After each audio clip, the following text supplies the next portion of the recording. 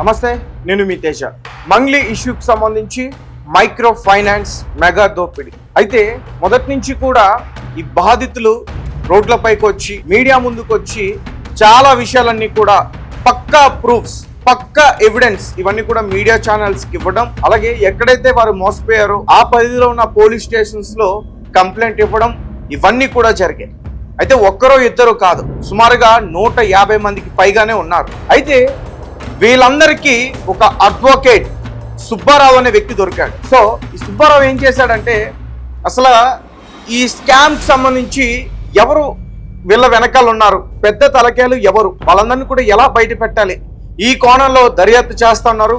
ఈ విషయంపై పలుమార్లు వాళ్ళు కలవడం కూడా జరిగింది. తర్వాత సుబ్బారావుకి థ్రెటనింగ్ కాల్స్ రావటం, తనని కొంతమంది వెంబడించడం, వేధించడం, ఇవన్నీ కూడా జరిగాయి. అతను ఏం చేశాడంటే పంజాగుట్ట పోలీస్ స్టేషన్కి వెళ్ళి కంప్లైంట్ పెట్టాడు. మంగ్లీకి సంబంధించి ఎవరైతే అతనికి థ్రెటనింగ్ కాల్స్ చేశారో వాళ్ళపై ఆల్రెడీ కేసు పెట్టాడు. అదే రోజు మీడియా వాళ్ళందరినీ కూడా పిలిచి ప్రెస్ మీట్ లాంటిది పెట్టి ఆ కేసు వివరాలన్నీ కూడా అతను చెప్పే ప్రయత్నం చేశాడు. అయితే రెండోసారి మళ్ళీ బాధితులందరినీ కూడా తీసుకుని సుమారు 62 మంది అందరినీ కూడా తీసుకుని అదే పంజాగుట్ట పోలీస్ స్టేషన్ లో కేసు పెట్టడానికి వెళ్ళినప్పుడు పంజాగుట్ట సిఐ రామకృష్ణ అతన్ని అడ్డుకునే ప్రయత్నం చేశారు. దానికి సంబంధించిన క్లియర్ వీడియో మనం చూడొచ్చు.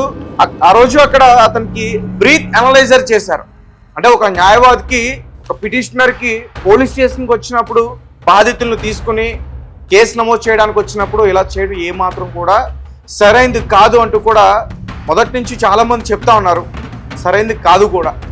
అయితే అయినా కానీ సిఐ, అక్కడున్న కొంతమంది కానిస్టేబుల్స్ కావచ్చు, పోలీసుల వాళ్ళ బృందం కావచ్చు, అందరూ చూస్తుండగానే, అందరూ వీడియోలు చూస్తుండగానే ఒక అవమానించే విధంగా అతన్ని వీడియోలు తీశారు, బ్రీత్ అనలైజర్ చేశారు. అయితే 27 పాయింట్స్ వచ్చాయి. సో దీంతో అడ్వకేట్ సుబ్బారావు అక్కడ ఏం చేశారంటే, ఇదంతా కూడా కేసును మీరు తప్పుదోవ పట్టించడానికి ప్రయత్నిస్తున్నారా, అసలు ఈ సమస్య మంగ్లీకి సంబంధించింది, ఒక స్కామ్కి సంబంధించింది, బాధితులు ఇక్కడ రోడ్లపై నుంచి ఉన్నారు, బాధితుల పక్షాన నేను ఇక్కడ కేసు పెట్టడానికి వస్తే నన్ను బ్రీత్ అనలైజర్ చేసి నన్ను అవమానిస్తారా, సీన్ క్రియేట్ చేస్తున్న నేను కాదు మీరు అంటూ కూడా ఆ రోజు అడ్వకేట్ సుబ్బారావు పోలీసులతో వాగ్విధానికి దిగిన ఆ సందర్భం కూడా మన వీడియోలో క్లియర్గా చూడు. అయితే ఈ మంగ్లీ కావచ్చు, ఈ రమావత్ మధు కావచ్చు, అడ్వకేట్ సుబ్బారావు కావచ్చు, ఇప్పుడు కొత్తగా ఈ కేసులో కాదు కానీ ఈ ఇష్యూలోకి కొత్త పేరు రామకృష్ణ, పంజాగుట్ట సిఐ, ఇతను కూడా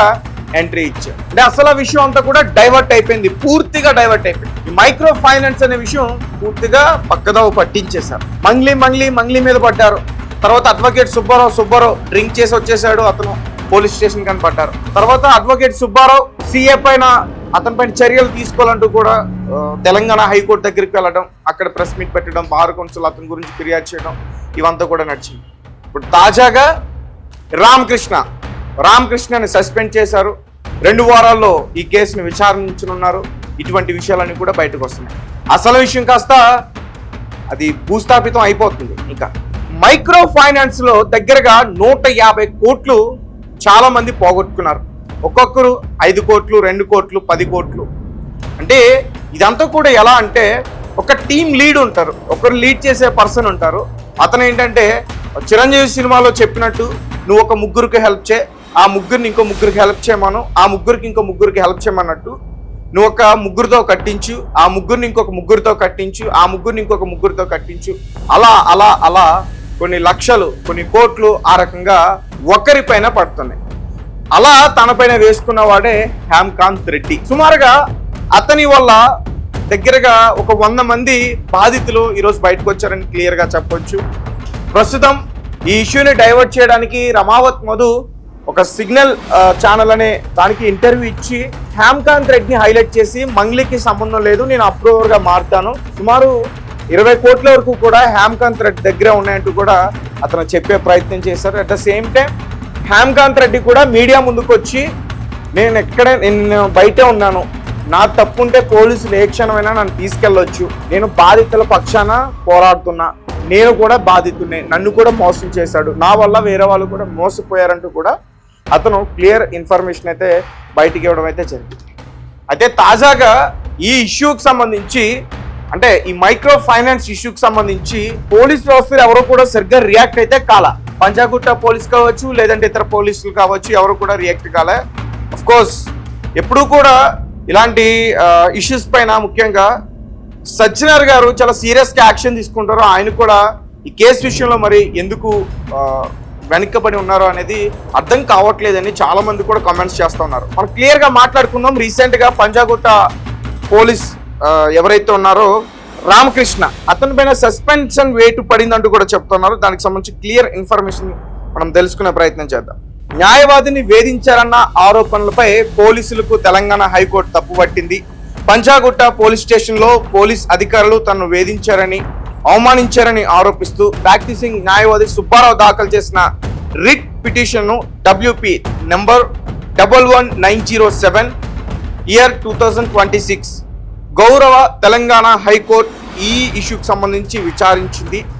రికార్డులో ఉన్న న్యాయవాది కొమ్ము ప్రవీణ్ కుమార్ తరపున హాజరైన సీనియర్ న్యాయవాది వి రఘునాథ్ పిటిషనర్ అంటే సుబ్బారావు తన క్లయింట్ల తరపున ఒక కేసు దాఖలు చేయడానికి, ఆ కేసు స్థితి గురించి విచారించడానికి పోలీస్ స్టేషన్కి వెళ్లారని తెలిపారు. ఆ సమయంలో స్టేషన్ హౌస్ ఆఫీసర్ ఆయనకు బ్రీత్ లేజర్ పరీక్ష నిర్వహించారని ఆరోపించారు. ఆ పరీక్షలో 20% 27% ఆల్కహాల్ స్థాయి ఉన్నట్లు తేలిందని, ఇది డ్రైవింగ్కు అనుమతించదగిన పరిమితుల్లోనే ఉందని వాదించారని సమాచారం. అయినప్పటికీ పిటిషనర్ను అవమానకరంగా పరువు తీసే విధంగా చూశారని ఆరోపించారు. గుర్తు తెలియని వ్యక్తులు తనను వెంబడిస్తున్నారని, దీనివల్ల భయం ఆందోళన కలుగుతున్నాయని కూడా పిటిషనర్ ఆరోపించారు. మరోవైపు హోంశాఖ ప్రభుత్వం ప్లీడర్ పిటిషనర్ చేసిన ఆరోపణలు ఖండించింది. పైగా కౌంటర్ తదుపరి సూచనలు దాఖలు చేయడానికి కూడా సమయం కూడా వాళ్ళు కోరడం జరిగింది. అలాగే ఇరుపక్షాల వాదనలు విని ఎలక్ట్రానిక్ మీడియాలో విస్తృతంగా ప్రచారంలో ఉన్న పిటిషనర్ సమర్పించిన ల్యాప్టాప్లోని వీడియోలను పరిశీలించిన అనంతరం జస్టిస్ ఈవి వేణుగోపాల్ ఒక పోలీస్ స్టేషన్ పరిధిలో బ్రీత్ లేజర్ పరీక్ష నిర్వహించడం యొక్క చట్టబద్ధతపై తీవ్ర ఆందోళన వ్యక్తం చేశారు. అటువంటి చర్యను చట్టానికి విరుద్ధమైనదిగా ఆయన అభివర్ణించారు. అయితే ఇక విషయానికి వస్తే పంజాగుట్ట పోలీస్ స్టేషన్ సంఘటన జరిగిన సమయానికి ఆ విషయానికి సంబంధించిన అన్ని కోణాల నుండి ఉన్న CCTV ఫుటేజ్ మొత్తాన్ని భద్రపరచాలని కోర్టు పోలీసుల్ని అధికారులను ఆదేశించింది. చట్టబద్ధమైన ప్రక్రియకు అనుగుణంగా తప్ప పిటిషనర్ వ్యక్తిగత స్వేచ్ఛ లేదా ప్రాథమిక హక్కులలో జోక్యం చేసుకోకూడదని కోర్టు పోలీసులను ఆదేశించింది. దీనికి విరుద్ధంగా ప్రవర్తిస్తే కఠినంగా వ్యవహరిస్తామని హెచ్చరించింది. రీసెంట్గా ఇది నిన్న జరిగింది. అడ్వకేట్ సుబ్బు ఇది చాలా మంది మీడియా పర్సన్స్కి షేర్ చేశాడు.